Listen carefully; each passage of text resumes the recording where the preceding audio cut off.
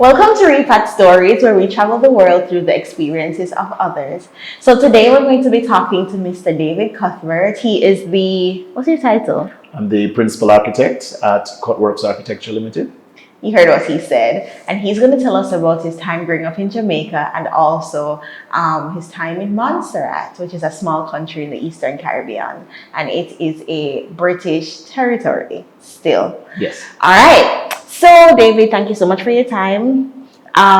Today, first of all, as we always do, we want to start with what it was like growing up at home. Where is home, and what was it like for you growing up there? All right. Born in Mandeville, but never really spent much of not really, growing up per se, and I'm from there. It really became kind of an ancestral place. My godmother and most of my other parts of my family reside in Manchester, and so spent a lot of every Easter, every summer, every Christmas, spending a lot of time there. But really growing up was in Kingston. Grew up, as some people would say, a little uptown boy. So grew up in waterworks, and it's kind of a dead end road with about 8 families, and they all had children that were around my age, and so that became, I think, kind of the coming of age. And we lived on that street in Waterworks, from I was about 9 years old until pretty much when I went to Montserrat. Previous to that, lived in Ligani, and one of my oldest friends and somebody who I refer to as my little brother, and as well as his siblings as my other little brothers, were neighbors. And I think part of that sort of artistic revelation, because their father was a photographer, and it kind of descended onto all of the children, me included. And so I think there's that bit of trend that has gone through where I've always I have just a sibling, I have a sister, and so I've kind of acquired all of these other siblings along the way. So I went to school at St. George's College, downtown. It's, I think, definitely one of those salient things that kind of defined acts of service for me. Being a Jesuit college was a big impact on trying to give back to your community, and that has been, I think, one of those qualities that sort of resides in the back of your head, and you do things, but you're never really too conscious of it. And it wasn't until much later that it really started to come to the fore and kind of define me as a person, as a man, and not just as a Jamaican, but also as a Caribbean man, and about the things that we've been doing. Sounds great. Thank you for sharing that. And so, in your time at George's, when did you decide that you wanted to go into architecture, and how did you end up at the Caribbean School of Architecture? I think if you ask anybody who's known me for a long time, there's things that I've always been doing. I've always been drawing. I'm always, there's always a pen and paper nearby. If I don't have one, I'm going to ask you for one, and I'm scribbling away at something. And so sort of the act of drawing has always been one of those peaceful and calming things for me. I have memories, sitting, underneath a kaluki table, just drawing away on just one piece of paper, and occupied for hours, making not even a peep. And, this thing kind of just transitioned. And I, at some point growing up, I just said, matter of factly, that I wanted to be an architect. And it was interesting, I think, at Careers Day in prep school, where everybody's asked to, dress up as a career that they want to be. And I, definitely knew I wanted to be an architect, and I had no idea what architects look like. Right. What was that kind of defining thing? So I did a cop-out, and I went as a pilot. and I remember that I feel, you betrayed yourself. I really betrayed myself that time. And I think ever since then I've said, no, I'm just going to be who I am. And I went throughout high school, and I knew I wanted to be an architect, and that's what that's everything that I aimed towards, almost to the detriment of learning other things, because it just didn't align with what I saw and what I felt was necessary, and it meant that I had to do a lot of things outside of school as well, because of how our Caribbean structure is for most high schools, is that they put you in a stream for particular things that they think is what you need to do. And so, because I wanted to be an architect, they said, well, you need to go into a technical stream. But the weird thing is that we forget that architecture is meant to be that perfect balance between the arts and sciences. And so while I was doing all these sciences, all of these art things were kind of falling on the wayside. So I had things like history were done only up to a certain year, when I really needed to kind of show a bit of proficiency later on. So I ended up doing visual arts at Edna Manley on Saturdays. So it was, my school days really went from Monday all the way to Saturday. Wait, so this was CSEC? This is this is prior to CSEC, so this would have been CXC. So yeah, but I actually did it as a GCE subject. Okay. But it was, I spent for about 3, maybe 4 years every Saturday. I was at Edna Manley College doing preparation. So it was painting, drawing, life drawings, figure drawings, everything that you can imagine, doing some amount of sculpture, pottery as well.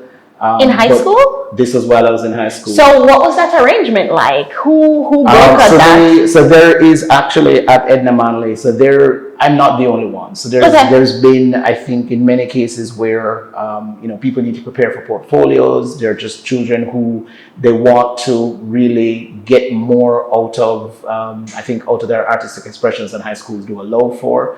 And they kind of created a platform, I want to say, from the early 90s, and it still goes on to now, that every Saturday they have these classes for high schools. They actually have it from a junior class, which is people who are just kind of emerging at the latter ages of prep school.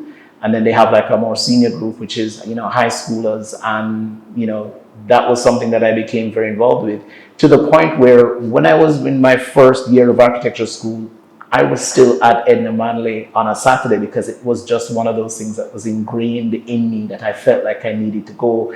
And it wasn't until I kind of ran out of time and, just really not having, enough space to fit those things in, that I kind of, put it to rest. And perhaps in a good way, because I was finding that a lot of the things that I was getting out of Edna Manley, I was now actually having at the Caribbean School of Architecture. Nice. I went to the School of Architecture. I left St. George's at lower 6. I was one of those persons that it was, having the A-levels was not necessarily a priority in getting in. There's a lot of things that in terms of advanced level, that you're taught while you're in university. And I really just wanted to get in. That's where my interest lied. And I went in. I took, I think the first summer that I was in architecture school, I actually did further studies. I actually went on a summer academy program at the University of Texas, which was a kind of an academy in architecture for persons who were kind of within their early stages of architecture and who were looking to try and explore other things. Came back into school, really kind of enjoyed it, and sort of found my beacon, and really kind of developed, just a lot of my general purpose and interest while in school. I graduated with a Bachelor of Arts in Architectural Studies from the Caribbean School of Architecture at UTech. I took a year out. I worked for the Ministry of Transport and Works for a year, and then I returned as a full-time graduate student and pursued my Master in Architecture, which is the professional degree, so that I was now academically prepared to go into the field of architecture. All right. So let me pause you right there, because I have to catch up. There's a lot there tonight. There is. So first of all, for everybody watching who is not from Jamaica, the Edna Manley College of Visual and Performing Arts is an amazing institution that persons from around the Caribbean and even outside come to learn all things visual and performing arts. And so what David explained is they also have a program for young and budding emerging artists to come and do outside of their regular high school experience, to come and do work. So if that's something that you're interested in, please check that out. I think that's an amazing opportunity that many people, I did not know about that. And I've been here. So I think that's really cool. And I want to ask you a question. I want to go back a little bit. I want to ask you about your parents at that time. And obviously they were supportive to be able to help you to get through to these things. But what do you think that they were sort of you want to be an architect, so yay, like that's a good thing? Or do you think it was more so about supporting you, like supporting David, or both? I think my parents are different people, but mutually supportive. I think my mother definitely was that, this is what he wants to do. Let's find a way that we can, give him all the tools to be the very best version of himself. My father more about questioning, are you sure you know what you are doing? Do you know what an architect is? Like asking, I think, some of the very plain questions, which, with youthful braggadocio, I would answer. I am reminded constantly by my parents of the answers that I have given.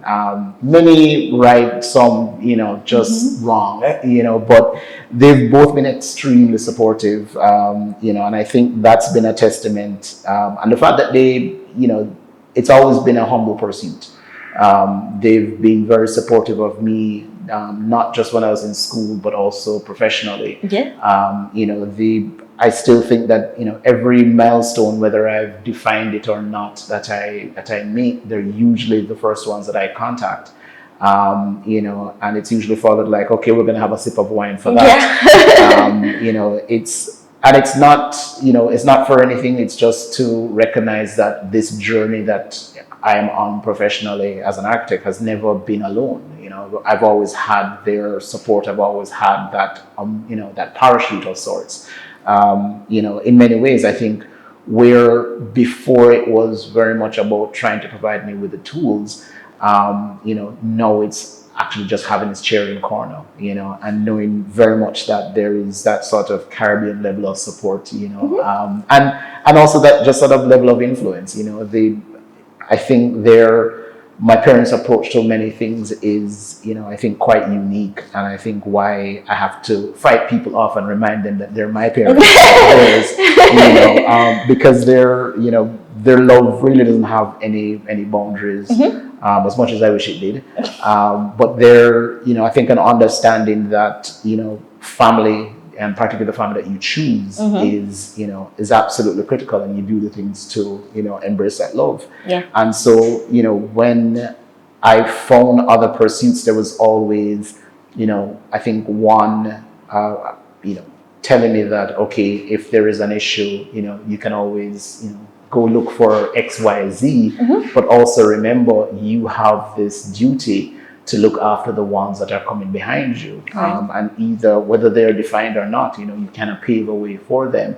And when they are present, that you lead a hand, that you give them the skin man and guidance or more, that you got. It's that notion of paying it forward. All right. We're going to come to that, because we're going to come to that when we circle back around and we talk about your career, and since you've been back in Jamaica, we're going to come back to that, because I think that's important for you, as you've expressed. But first, your parents are married? Yes, they are. Big up Mr. and Mrs. Cuthbert.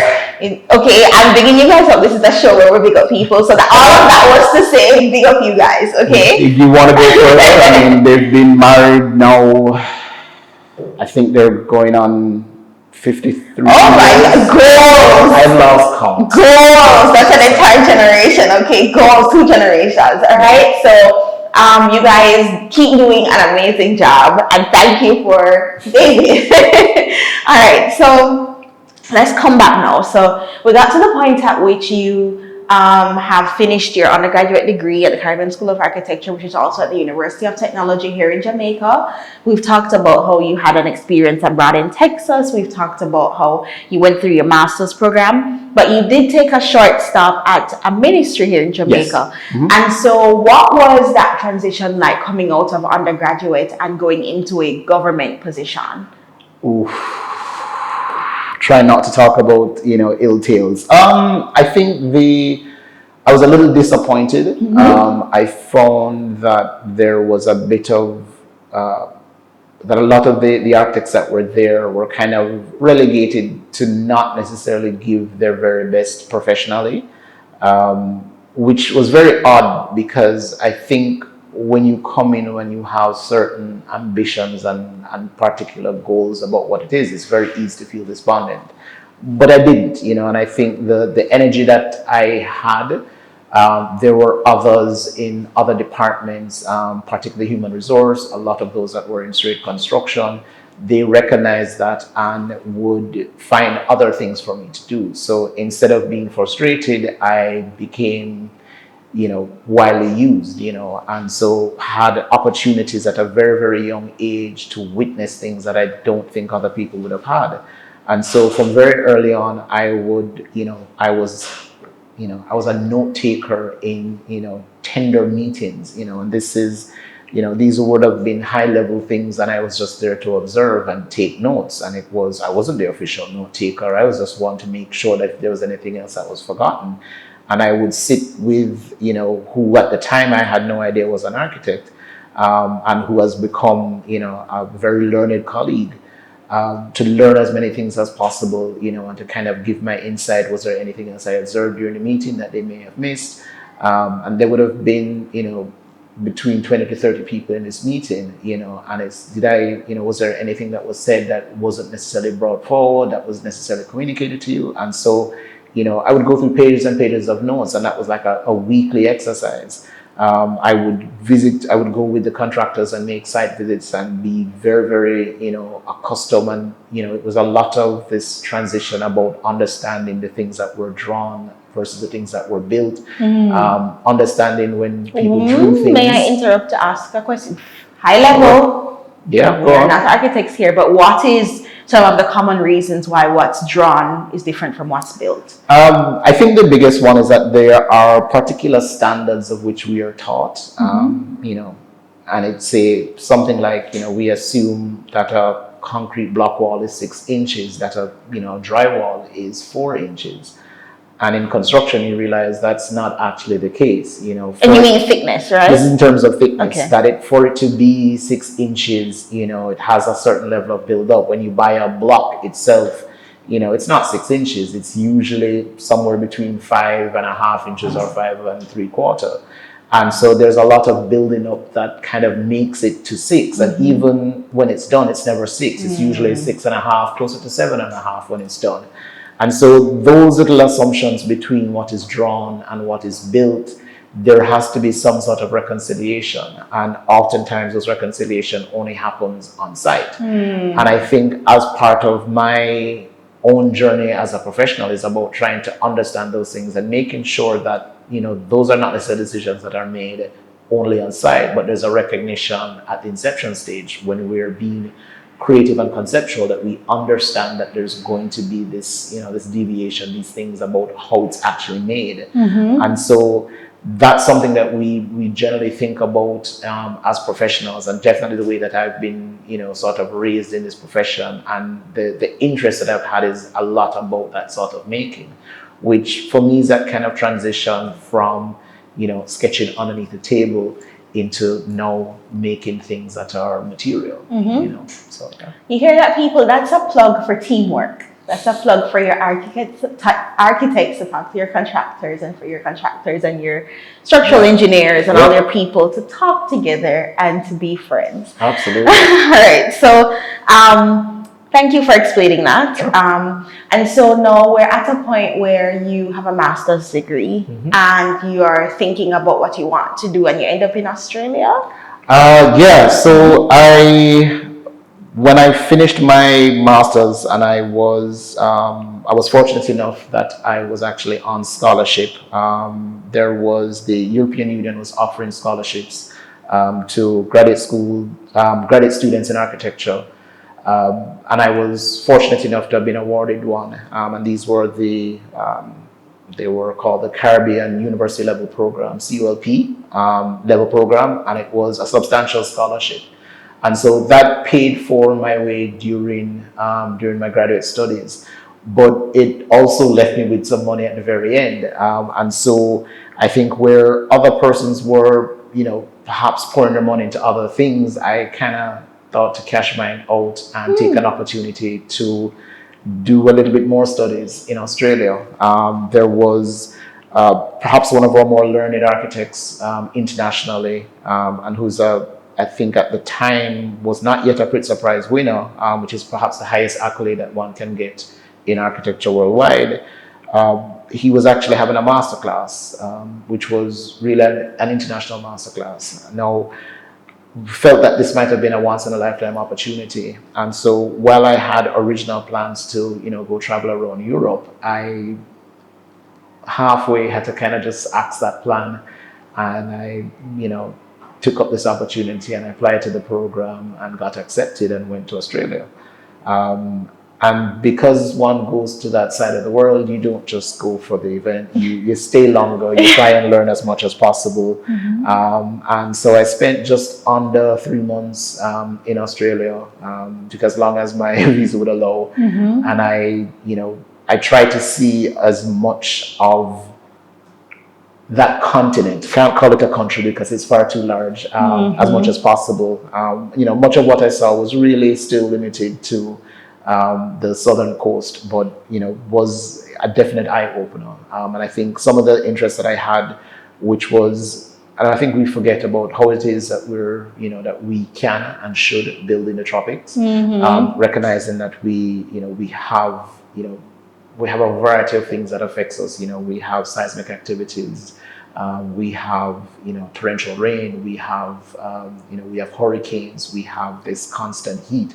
How is it that we're designing for those things? And oftentimes we, I think in error, we take the examples from the United States or from Europe, when the examples that we should be taking are those who are experiencing the same things or who are on that very similar kind of latitude that we are, within that tropical belt. And so going to Australia was this, was kind of a nice way that we were taking things that we were seeing in, getting a little bit of in theory while we were in school, but now actually seeing how they were being done in practice. And with a bit of gusto. They weren't trying to appease anyone, which I think is perhaps the that unfortunate thing that we do as West Indians, is that we tend to appease persons that are long past, but they were actually talking about their own self-expression. And so it was a definite eye-opener. And as I was moving from, location to location around Australia, you were seeing how these things were manifested in different ways. And it was just really a bit of education. And I think, that going to that masterclass and, learning from Glenn Murcutt, but also just traveling around Australia, was definitely a worthwhile, endeavor for me. And I really was quite happy that I did it. Top 3 things that you learned while in Australia as a Jamaican, Sure. either architecturally or personally, or about life. Always have a sketch pad and a pen. Something I still do now. I just make sure and have it. I look at most of the photographs that I had, and I don't think of myself as any great photographer, but the things that I refer to more are the sketches that I made when I sat in a coffee shop, when I sat on the side of the road, when I went to go visit a park. Those were the things that kind of kept with me. The other thing is, I'm not one for kitchen mementos, but still buy them. Those are little important things, whether they're for you or for someone else. And so I would, and I kind of go with that sort of 3-to-1 rule. You buy 3 for someone else and you buy 1 for you. And, some of the ones that I bought for me they were the most mundane of things. It might have been, just something in our shop, and it wasn't things that say, oh, Australia. There might be other things that you went into a store that it just kind of called your attention, and I just, I bought a pin, and I kind of remember the pin, and I laugh at it, and I laugh about the experience in there. And it's really just as a token for that memory. Bought other things for other people, just to kind of say, hey, I thought you liked this. And it, you don't just do it as a generic person, but you think about it like, what would this, I saw this thing, who'd really like that, this person. And you buy it and you move on. One more? One more.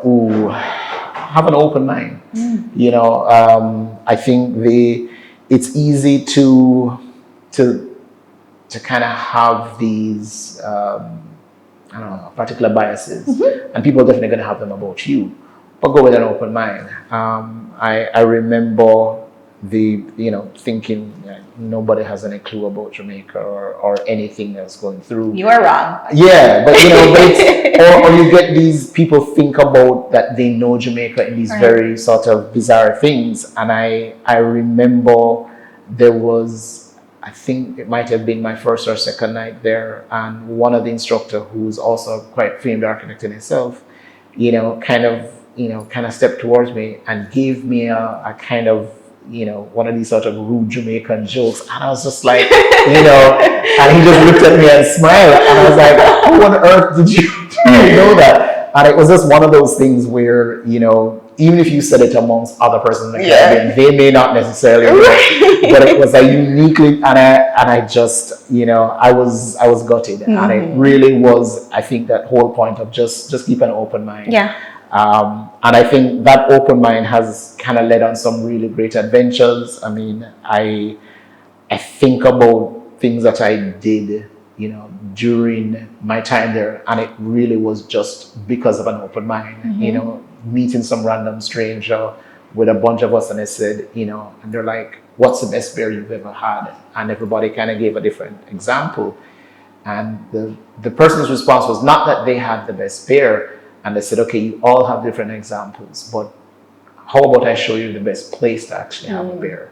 And he, kind of escorted us into what was a normal office block. And we rode the elevator to the very top floor.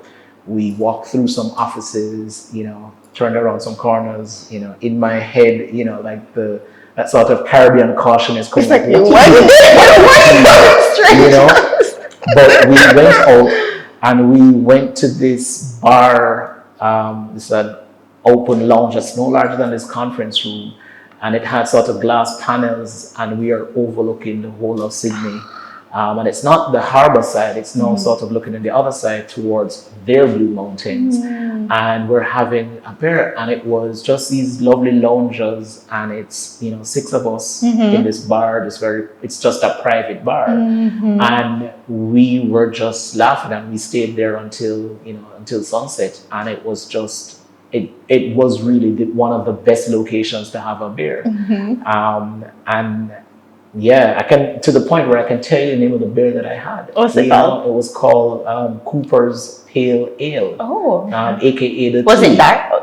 The Toonie. 2E. 2E. 2E. Oh, yeah. Toonie is the $2 from Canada. Exactly. Yeah, so it's much like that. Yeah, so it's like Cooper's Pale Ale. So yeah. Very neat. Definitely not the best beer I had, but definitely the best experience. Yeah. So yeah. Oh, thank you so much for sharing. Okay. So now you're finished in Australia and you're coming back to the Caribbean, and you come back to Jamaica. Yes. And you teach for a little while. Yes. So I think there is this sort of innate opportunity, this desire to teach. I don't know where it came from, but I felt this urge. And to be fair, when I was in graduate school, there was and kind of the history of how the school was that once you were in the graduate program, there was a teaching component historically. So when I was in undergraduate, there were a lot of the very first master's students who were instructors for their first and second year. They were either as instructors or as teaching assistants, as they'd be called. And so when I was in the graduate studies, there were, that part no longer existed. But there was an opportunity for me to present, and I must thank one of my instructors at the time, Dr. Elizabeth Pigu Dennis, who there was a topic. Big up Dr. Dennis. there was an interest that I had, which was really at the time it was about the sort of pervasive use of the internet in the ways that we were communicating. And this is like moving past internet. So this was, going into other things and about how those things were going to change the way that architecture was viewed and studied and everything. And she offered me an opportunity just to present a little bit of findings to, I think it was to a third year class. And so it was, so I did that. And I think it just, there was a little twinkle in my eye, and I became very interested. When I returned from Australia, I got a call that they needed somebody to fill in for one of the programs for the graduate school, and I jumped at the opportunity. And that was really my first foray in teaching, and it was great. So yeah. Yeah. And so at what point do you decide that I want to try something else? Like, how did you end up leaving Jamaica? Fortuitous. It was, I think, purely an accident.